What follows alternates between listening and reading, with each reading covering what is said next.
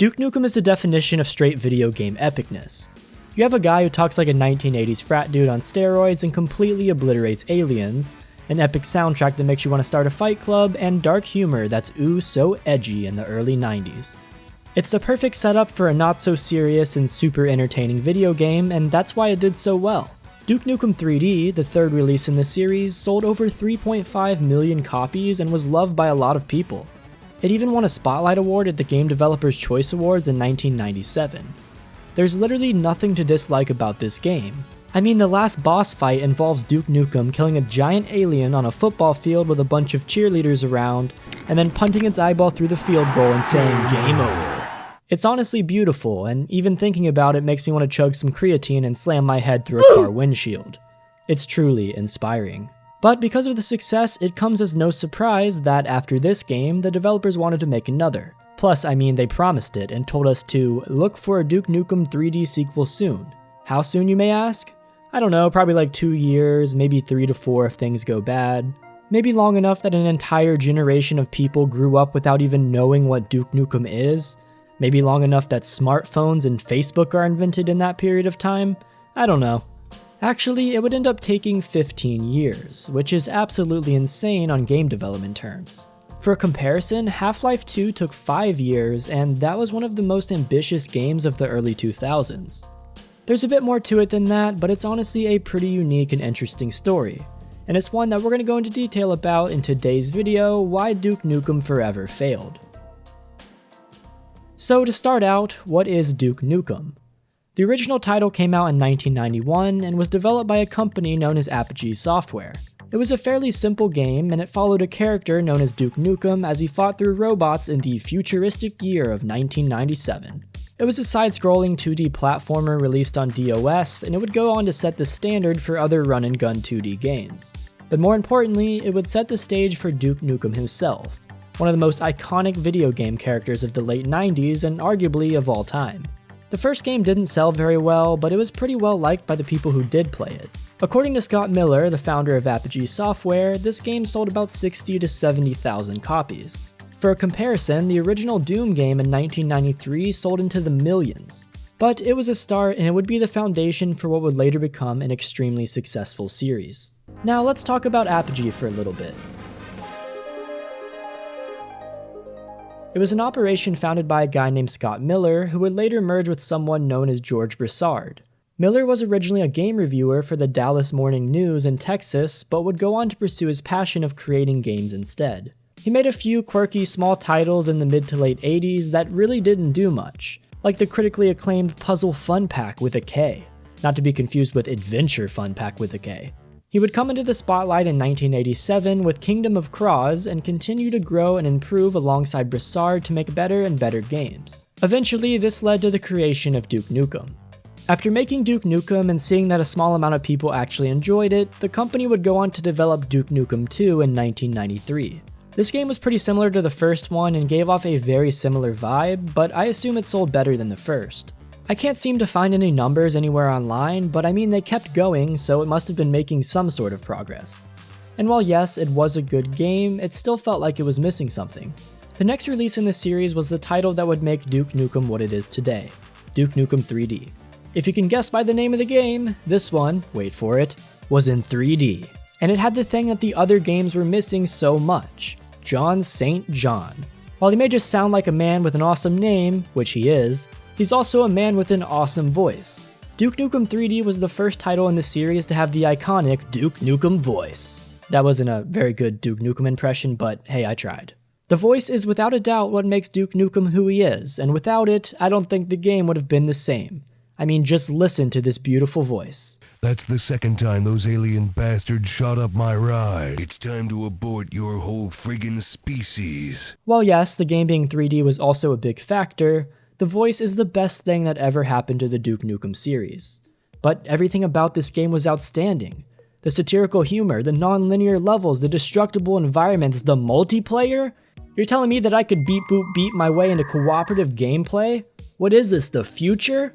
Next thing you know, there's going to be flying cars. But the point is, this game was great and the numbers back that up even further. The game sold over 3.5 million copies in the United States alone.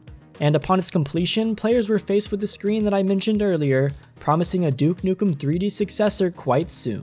In 1997, the successor was officially announced.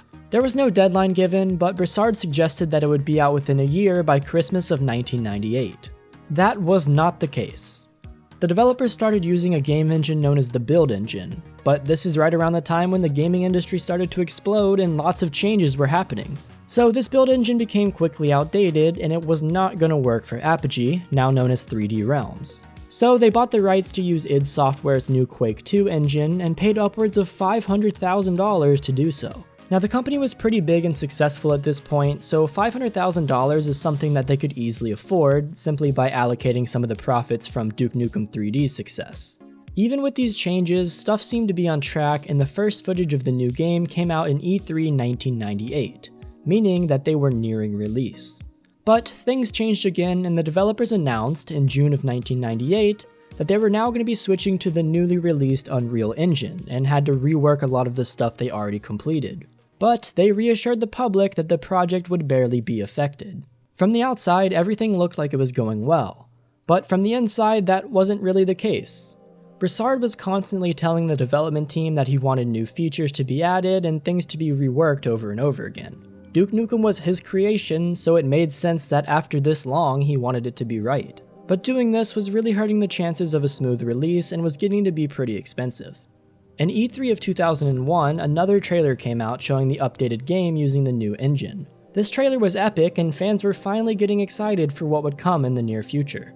The trailer showed that the game was going to be set in Las Vegas and there were a lot of cool mechanics like driving cars, shooting down planes, crazy environmental interaction, good physics, and a lot more. And while this doesn't sound too crazy right now, this is top of the line in 2001. This amount of detail is something that had rarely been done at this point, and based on the trailer, Duke Nukem Forever was easily going to be one of the best games of the early 2000s. Unfortunately, however, this is when things started to go downhill. The previously planned publisher, known as Gathering of Developers, had been bought out by Take-Two Interactive. But since 3D Realms was funding the game themselves, they didn't have to listen to the publisher and they could work on their own terms. However, the team was small and progress was extremely slow.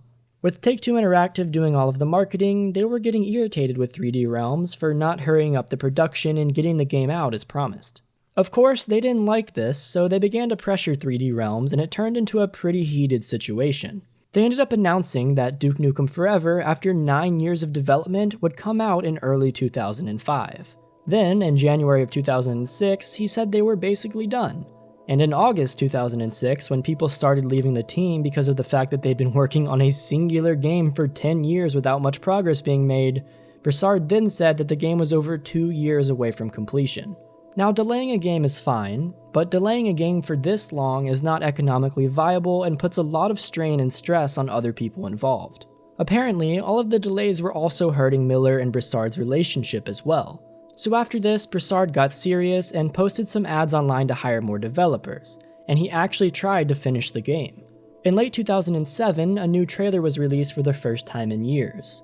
This one was even cooler than the last one, but unfortunately it was just a teaser trailer, and it still didn't have a release date. Rolling around to E3 of 2008, now 11 years later, Duke Nukem Forever didn't show up. Nothing was heard again, and this time it was for a different reason. Funding was at its last straw. At this point, over $20 million had been spent on developing this game. Plus, think about all the money that 3D Realms was missing out on because of other projects that they could have been working on. But with the game so close to completion, they only had one option. So they asked Take-Two Interactive for another $6 million to finish it up. Take-Two came back with an offer of $2.5 million initially and $2.5 when completed. But of all people, Broussard said no, and he suspended development of the game on May 6, 2009. Because of this guy's stubbornness and control, a project that people had put years of their heart and soul into was completely stopped.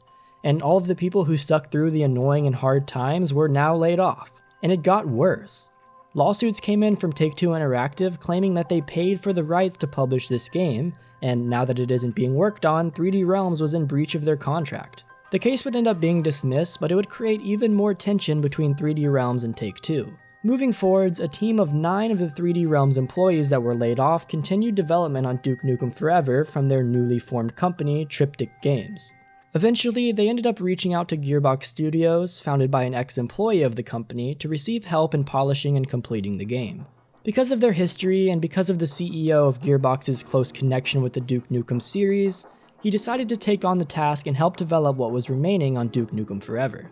Finally, in 2010, the game was re-announced and was once again on track, hopefully, to be released to the public. Because of their new role in development, Gearbox would go on to purchase the Duke Nukem franchise, making them in charge of Forever and all future Duke Nukem games. Finally, on June 10th, 2011, Duke Nukem Forever would be completed after 15 years of development and countless issues.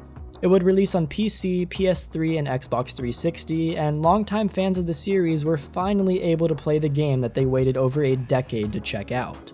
And after all of this, there was a lot of disappointment. The game received a 54 on Metacritic, and players weren't happy with what they got. I personally think Duke Nukem Forever is a decent game, but is it a good Duke Nukem game? That's where the real concern lies. A lot of people felt as if it wasn't worth waiting this long for a somewhat short story and a game that didn't feel like it had the charm of older Duke Nukem titles. The game looked dark and just meh, and the gameplay was good, but it wasn't extraordinary. The only thing that really stayed the same was the voice acting by John St. John. In fact, it was amazing, and it was one of the things that was actually pretty good about the game. Playing through the game was only really tolerable because of the voice acting, and it helped to distract me from some of the issues with the game. I mean, first of all, Duke Nukem Forever introduced these terrible puzzles that had no purpose whatsoever and actually took me away from the game. Then there were large portions that felt extremely unnecessary and drawn out, as if they were put in to make the game feel longer. The biggest example of this is when Duke drives around the RC car in the casino. It takes ages and it seems like it never ends. And those issues are just the beginning. A lot of players didn't enjoy this game, and it really shows in the Steam reviews. It just felt outdated. But even with all of this, according to this article on Gamasutra, the game still proved profitable for Take-Two Interactive. Sales weren't crazy, and within a few months after launch, the company lowered their expectations to 1.5 million units instead of 3 million, but hey, it didn't matter. Remember, Gearbox and Take-Two now had the rights to the Duke Nukem franchise, which was much more valuable than a single 14-year-long development cycle below average game. But apparently 3D Realms didn't agree with this, or maybe they forgot. But when it came to light that they were working on a new top-down Duke Nukem game in 2014, Gearbox said, "Nah fam, get off my turf." It turned into a big deal and eventually became a lawsuit that was settled with Gearbox being the rightful owner of the Duke Nukem series. So to this day, Gearbox still has the rights to produce more Duke Nukem titles. Duke Nukem Forever was definitely the low point of this series, but maybe Gearbox will be able to bring it back with something better in the near future. Will they do it? Hopefully, and hopefully it'll be a better situation than the one with Duke Nukem Forever. I guess we'll have to wait and see. Anyways, that's it for today's video, so I hope you guys enjoyed. If you have any suggestions for future videos, feel free to drop a comment below or reach out to me on Twitter at robokast. But that's it for now, so I'll see you guys in the next video. Peace.